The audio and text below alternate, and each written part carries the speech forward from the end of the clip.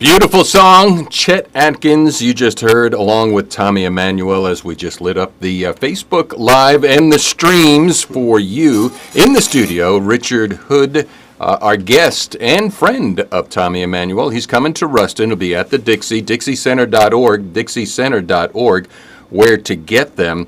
First of all, there, Richard, before we get into when you first met Tommy, because you're the person, the principal person for bringing this international guitarist, because obviously you're a man of many talents as well. Well, thank you. I was in the 10th grade in high school, and Chet was on the old Ed Sullivan show. And my daddy looked at me and said, "Boy, if you could learn to play the guitar like that, I would buy you one tomorrow." So my recollection is that was October, November or so, and I got a Sears Harmony guitar for Christmas. So a lot of fun. And you didn't bring it this morning, but that's okay. You'll have an open invitation to come back and play again, because you have done shows, tribute to Chet Atkins. I know a couple of years ago that was done here at the library, I do believe. And library and the Dixie. And the Dixie. And all right, so you got that guitar. You started playing. And who were your influences? Of course, was because he played with a thumb pick and fingers, and you play the bass part and the melody and harmony all at the same time. It's just a wonderful technique. Not that many people do it, and you just can sit down by yourself and play a song, and I love that. But I started in 1991 going to the Chet Atkins Guitar Convention every year in Nashville, Tennessee at the Music City Sheraton. And along about the late 90s, I would say 97, maybe 98, Chet would always play a concert for everybody, 1,200 people there from all over the world, and he would on Saturday night bring his band, play a concert. Well, about 97 or 98, he introduced someone that he said he wanted us to hear and that we would love and that we were going to hear more from in the future. So Tommy gets up there. We'd never seen, never heard of him before, and he starts playing, and we just can't believe what we're hearing. Mm-hmm. And he plays some Chet tunes like right off the record, but he put some little something that was just him, that he would change it in a little way, and we would all just laugh, and it was so good, and he was so friendly and approachable and nice, and eventually I got to be friends with him. A friend of mine in Knoxville, Tennessee was getting some playing dates for him and said, "Richard, I can help you get some playing dates in Louisiana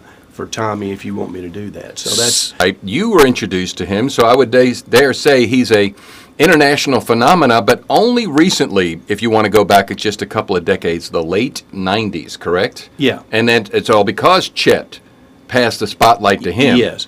He always wanted to come to Nashville and meet Chet, and he got the ability to do that. I'll just say briefly that when he was 6 years old, he was playing in his family band, and they were in a station wagon. They played a record of Chet on the radio, and he told his dad, "Stop the car." And he reached out and got the radio antenna, started trying to turn it and get better reception, and he looked at his dad and he said, "That's the way I want to learn to play the guitar." And the rest is history. So he tells a very poignant story about meeting Chet and eventually recording with him and everything. So it was quite an interesting deal. So he's coming to Ruston. It'll be a week from Sunday at the Dixie, and tickets available at dixiecenter.org. But it was Eric Clapton, going to receive an award for being the quote-unquote greatest guitar player in the world, and somebody asked him the question, how's it feel to be the greatest guitar player? And Eric supposedly said, "I'm not." That's my understanding. Of course, I was not there, but that's my understanding. He has openly said that Tommy beats all he's ever heard before, and there's some others I think who feel that way. But one of the things about Tommy that's so unique, I have a tendency when I'm playing guitar just to kind of sit and stare at the fingerboard and make sure my fingers get in the right place. Tommy doesn't do that. It's amazing. He stands on the stage and just looks at you and smiles. Oh, yeah. And he is just having fun, and that joy translates from him to the audience, and he doesn't even look at the fingerboard that much. You know, he's looking at the audience, interacting with them, and that just entertainment factor is a tremendous thing. Well, I can confirm that as well, because the first time I saw him was at one of his gigs at ULM, and I proselytized and brought two more of my friends. Watch this later. Get your tickets. You will not be disappointed in any way. Richard Hood, our guest here on Q94.1. When Tommy said, I'm going to play 4 or 5 instruments at the same time, but it was only one guitar and one person, and I'm sitting there and I'm hearing drums, I'm hearing, I mean, he does that. He does. So He plays the bass part, the offbeat, upbeat drum part, and then the guitar rhythm part, and then the melody. And sometimes in a concert he'll demonstrate that technique. He doesn't always do that, but sometimes he does. So, and then interesting. One more thing too is for his encore or his masterpiece toward the end. Correct me if I'm wrong, because I was in all the whole total time I was watching him play. He plays a song, and is it called The Monster, that he has this feedback with this, his guitar and the feedback, and I mean, you're looking at me like, Rick, I don't think I know what you're talking about, but it's something he does with feedback in his amp. Right, and he does kind of a takeoff on the sounds of the outback. That's right. And that's right.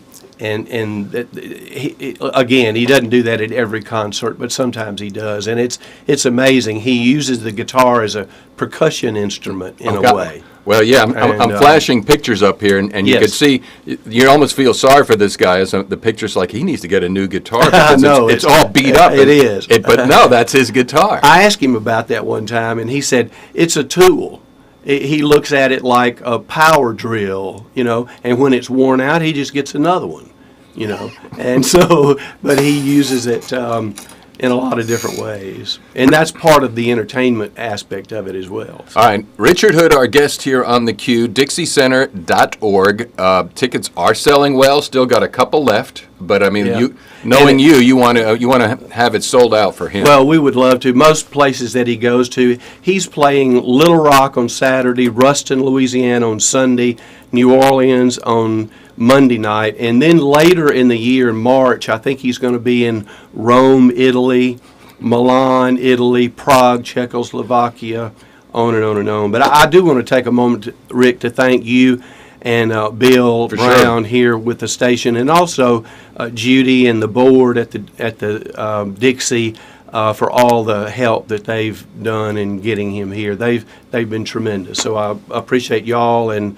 them as well. Oh, you're most welcome. So I guess I should turn off the radio now and turn off the stream, because typically after events like this, there's this thing known as an after party.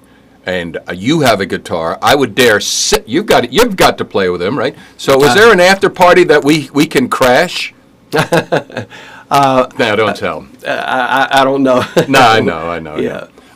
But yeah, you did get to play